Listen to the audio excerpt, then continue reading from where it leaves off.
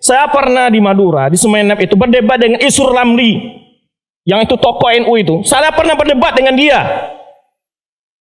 Saya itu diundang tanpa diberitahu, dijebak, disediakan video.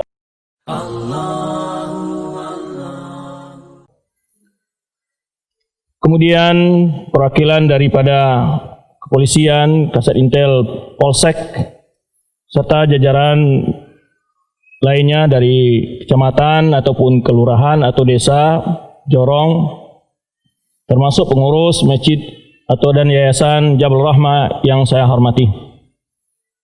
Puji syukur kepada Allah Subhanahu wa taala pada kesempatan ini Allah mempertemukan kita di rumah Allah yang mulia ini dalam rangka memahami dan mempelajari satu masalah yang menjadi isu internasional, yaitu tentang radikalisme atau terorisme. Kita akan mencoba mengupas sesuai dengan alokasi waktu. Sebetulnya pembahasan ini telah saya bahas di puluhan kota, di Sumatera, Kalimantan, Sulawesi, Jawa, termasuk Nusa Tenggara. Kita sudah bahas ini dari tahun 2010 saya membahas ini. Dan saya punya beberapa tulisan, karena Bapak Mui mungkin butuh sumber-sumber ya. Dulu pertama saya memberi ceramah di sini, saya sudah beritahu, kalau dari kalangan pemerintah tingkat provinsi ataupun daerah mencurigai Yayasan Ar-Rahmah, tolong panggil saya. Itu pertama saya berceramah di sini dulu.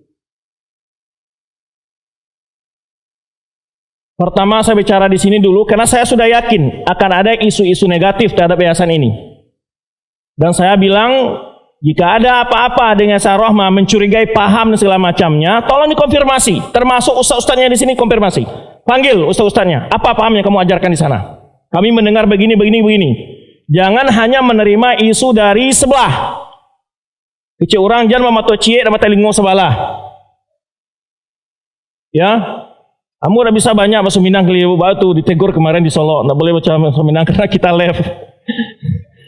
Ya, lihat TV.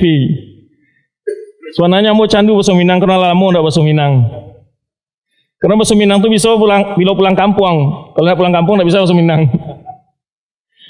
Jadi itu saya katakan, kita kalau ada hal-hal orang menginformasi tentang si fulan itu begini atau yayasan itu begini, sekolah ini, cek langsung ke sini. Yang anehnya memang gini, kenyataan di mana-mana. Yang menuduh itu tidak pernah muncul ke tempat ini sebetulnya itu. Tidak pernah dengar itu. Saya punya banyak yayasan Pak se-Indonesia. Dituduh macam-macam. Saya katakan, pernah nggak datang ke tempat itu Anda mendengar kajiannya? Kalau Anda curiga tentang saya, ambil di YouTube itu banyak kajian saya, tulisan saya banyak. Saya pernah nulis tentang ISIS, sebab munculnya terorisme dan penangkalannya, segi-segi pelanggaran terorisme terhadap syariat Islam, ISIS dalam pandangan akidah Ahlussunnah wal Jamaah, kemudian pandangan politik Ahlussunnah terhadap penguasa. Kan kita dituduh ini anti penguasa. Saya kupas itu. Kemudian apa itu Wahabi, dan kan sering juga dituduh ini, itu Jabal Rahmah aliran Wahabi. Kemudian juga saya tulis, terakhir saya tulis, itu jurnal resmi, bisa dicari di internet, di jurnal STDI Imam Syafi'i. Terakhir adalah klarifikasi Syekh Muhammad Wahab terhadap tuduhan-tuduhan di masanya yang pada hari ini masih dikembangkan tuduhan-tuduhan itu, sudah itu dijelas dan dijawab. Dan saya juga pernah kumpul dengan Bapak Selampol, Pak, sama dengan tuduhan itu, tuduhan-tuduhan yang nggak jelas itu. Saya bawa itu makalah-makalah saya dan rekaman video saya tantang. Ini Pak, ini bukti bagaimana kami itu radikalisme atau tidak. Pak Kiai yang menuduh saya sebagai radikalisme, tolong tunjukkan satu tulisannya atau satu ceramahnya. Satu tulisan itu ceramahnya yang membahas tentang kesesatan terorisme radikalisme sampai ke akar-akarnya. Bukan sekadar ngomong sesat-sesat, tapi tidak menjelaskan apa, di mana sesatnya. Dan saya katakan, dan beberapa kali di berbagai media saya katakan, tidak ada dakwah yang benar-benar menghadapi terorisme, radikalisme dari dakwah yang kita bawa. Lihat TV Roja itu pada umum apa isinya, radio dan seterusnya, boleh dilihat. Tidak ada sidik pun kita mempertimbangkan. Demonstrasi aja kita tidak bolehkan. Demonstrasi kita tidak bolehkan itu. Kok itu radikalisme? Nah, sebetulnya, dan sering ambo sawikan, sebetulnya bukan khilaf pendapat, tapi khilaf pendapatan. Turun pendapatan, Pak. Kalau orang kanai tahu dan kebenaran itu turun pendapatan. Yang masalah begitu. Menurut informasi tadi dari salah seorang pengurus yayasan, Karena sekolah kita ini bermutu, lalu sekolah-sekolah lain anak-anak yang juara masuk ke sini, akhirnya mereka kurang murid. Ini yang bikin cemburu sebetulnya. Ini memang kesalahan Yayasan Ar-Rahmah ini. Kenapa skalanya bermutu? Itu salahnya. Salahnya di situ, Pak. Di mana-mana begitu. Saya pernah di Madura, di Sumeneb itu berdebat dengan Isur Lamli, yang itu tokoh NU itu. Saya pernah berdebat dengan dia.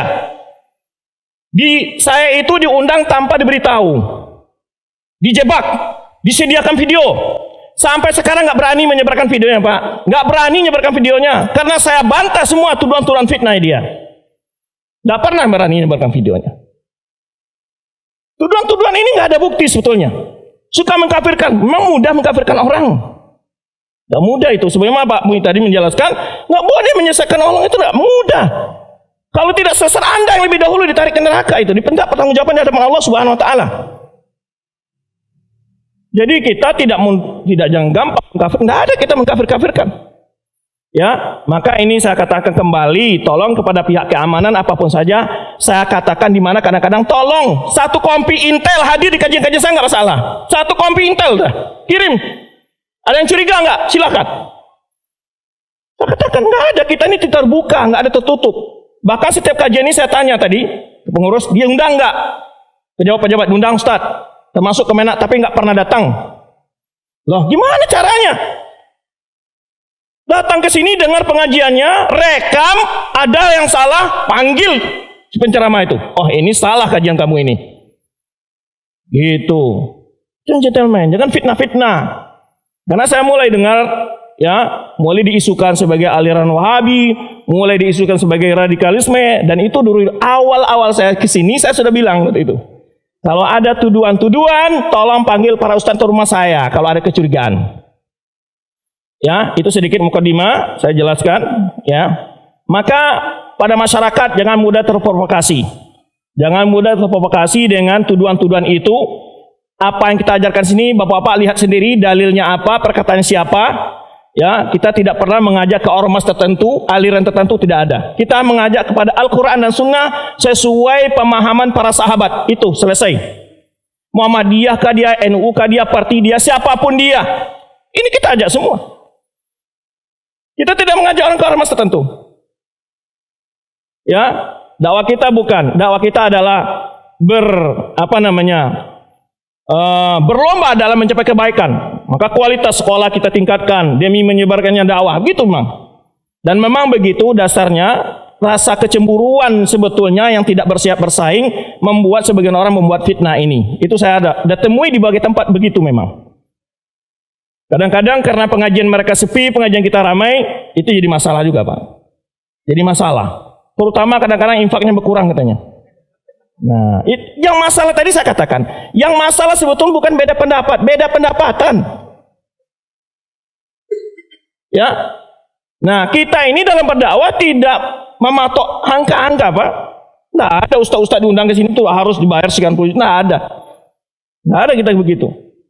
Kita datang dengan sukarela. Allah.